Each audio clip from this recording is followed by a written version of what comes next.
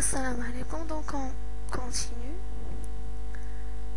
Donc dans cette vidéo, on va tout simplement donc dire et expliquer que Dieu est unique. Il y a un seul Dieu. Donc la base de la foi est la croyance en l'existence et en l'unicité de Dieu Tout-Puissant. L'islam enseigne qu'une croyance en un Dieu unique et intuitive chez les êtres humains est possible. La conception, c'est-à-dire la connaissance de ses attributs de Dieu est simple, non ambiguë, mais reste limitée chez l'être humain. Cela dit, imaginer Dieu reste quelque chose d'impossible, car avec notre esprit et notre imagination finie, il dépasse notre entendement. Malgré cela, il est important de le connaître au mieux afin de l'adorer comme il se doit. Comme le disait l'imam Al-Ghazali, que Dieu l'a créé.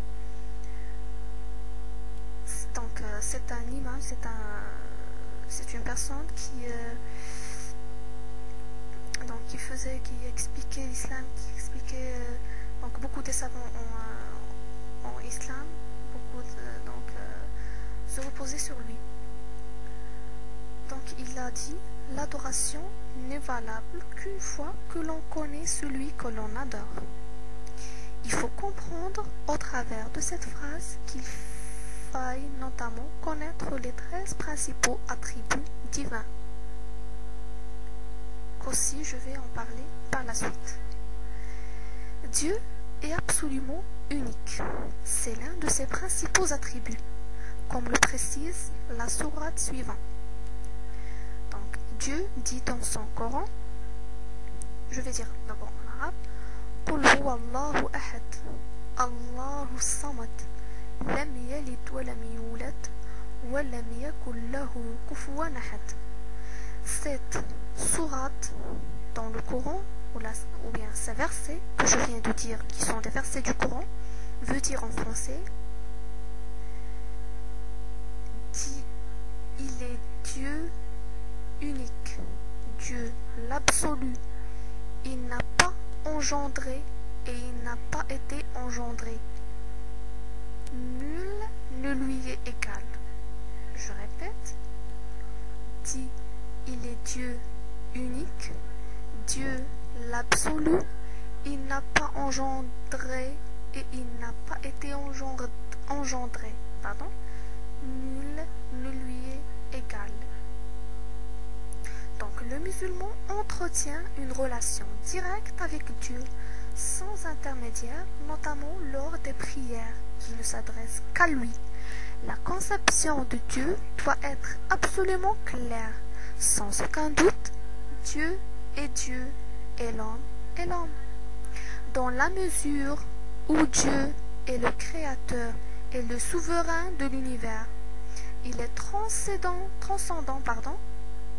sur sa création.